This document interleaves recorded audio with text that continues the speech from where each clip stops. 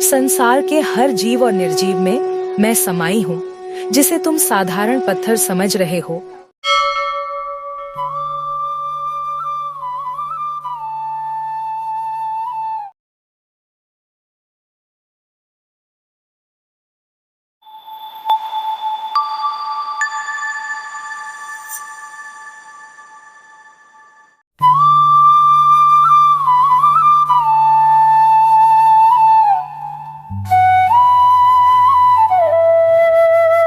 कल्लू नाम का एक मछुआरा अपनी पत्नी रूपा के साथ रहता था। उनका जीवन मछली के व्यवसाय पर चलता था।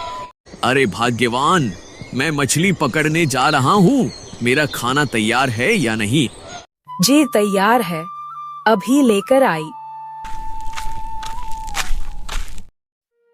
ये लीजिए आपका खाना। आज आपकी मनपसंद आलू पूरी बनाई है। अरे वाह, क्या खुशबू आ रही है रूपा खाने की। तुम्हारे हाथों में तो जादू है, जादू। अब आप बातें ही करते रहेंगे या अपने काम में भी जाएंगे? कल्लू अपने घर से अपना खाना लेकर तालाब निकल जाता है।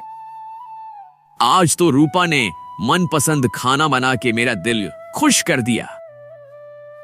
थोड़ी देर में वह तालाब के किनारे पहुंच जाता है, जहां पर उसकी नौका होती है, जिसका नाम उसने रामप्यारी रखा था। कैसी है मेरी रामप्यारी? चलो भैया, अब अपने काम में लग जाते हैं। वहां जाकर वह अपनी नाव में बैठता है। उसने जाल पानी में फेंका और मछली पकड़ने लगता है। चलो भैया, जाल तो डाल दी है, अब मछली फंसने का इंतजार करते हैं। इंतजार करते करते सुबह से शाम हो जाती है, लेकिन एक भी मछली कल्लू के हाथ नहीं लगती।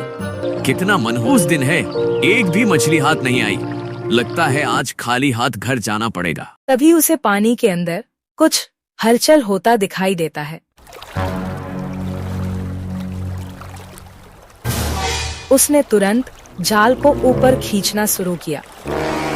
अरे बाप रे, ये इतना भारी लग रहा है। लगता है आज कोई बड़ी मछली हाथ लगी है। आज तो मजा आ जाएगा। ये क्या? ये तो एक पत्थर है और मैं सोच रहा था कोई बड़ी मछली हाथ आई है। लगता है किस्मत ही खराब है। कल्लू बहुत ही ज्यादा उदास हुआ। उसने उस पत्थर को वापस पानी में फेंक दिया और घर वापस चले गया। उदास होकर थका हारा कल्लू बेचारा अपने घर जा रहा था।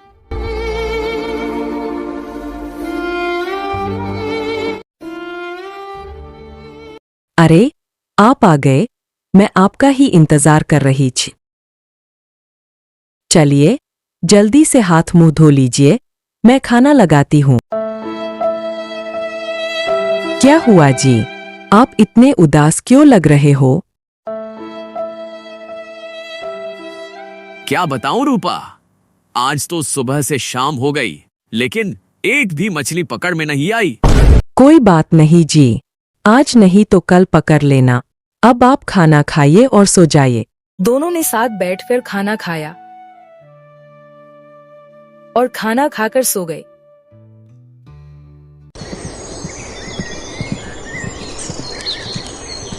अगली सुबह कल्लू फिर से अपने काम में निकल गया। कल के हिस्से की मछली भी आज पकड़नी होगी, तभी बात बनेगी। वो अपनी नाव में बैठकर फिर से मछली पकड़ने निकल जाता है।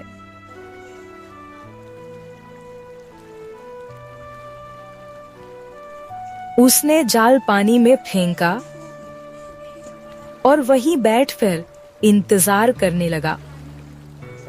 आज भी सुबह से शाम हो गई, लेकिन इन मछलियों का कुछ अता पता ही नहीं है।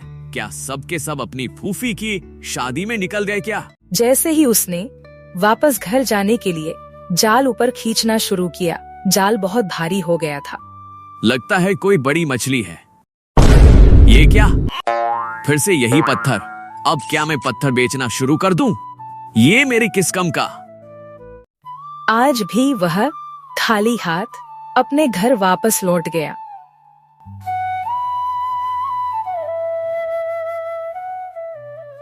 रूपा, आज भी एक मछली पकड़ में नहीं आई।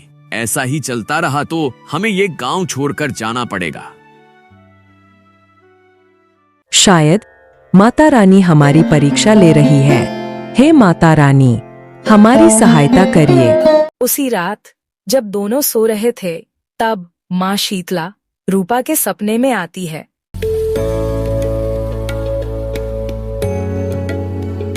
प्रणाम माँ। सौभाग्यवती भव। माँ, आप सच में मेरे सामने हो? हाँ पुत्री। मैंने आपका दर्शन कर लिया, मेरा जीवन धन्य हो गया माँ। पुत्री, तुमने मेरा दर्शन तो कर लिया, पर मुझे अपने गांव में स्थान क्यों नहीं दे रही हो? मैं समझी नहीं माँ, आप क्या कह रही हो? तुम्हारे पति को जो पत्थर गांव के तालाब में मिलता है, जिसे वो साधारण पत्थर समझ के पानी में फेंक देता है, उसमें मेरा ही अंश विद्यमान है। मैं इस गांव में आकर अपने सभी भक्तों के दुखों को दूर करना चाहती हूँ। उनको खुशियाँ प्रदान करने के लिए ही मैंने इस गांव को चुना है। माँ, नहीं माँ, हमें क्षमा कर दो। अरे रूपा, क्या हुआ और तुम किससे बातें कर रही थी? माँ कहाँ चली गई? लगता है तुमने कोई सपना देखा है।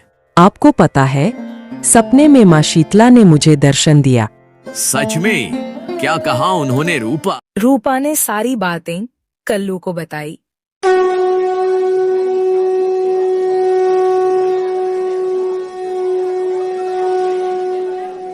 रूपा, मैं कितना बड़ा मूर्ख हूँ। भगवान खुद चलकर मेरे पास आ रहे थे, पर मैं मूर्ख उनको पहचान नहीं पाया। अभी आप ये सब मत सोचिए और जाइए, उन्हें लेकर आइए। हाँ रूपा, मैं अभी जाता हूँ। तुम सारे गांव वालों को ये बात बता दो। सुबह होते ही कल्लू माता को लाने चला जाता है और रूपा ने ये बात सारे गांव वालों को बताई। सारे गांव वाले खुशी से झूम उठे।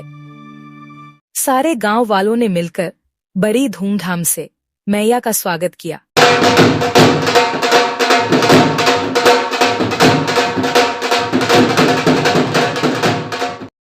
और गांव के बीचों बीच एक छोटा सा मंदिर बनाकर माता की स्थापना की।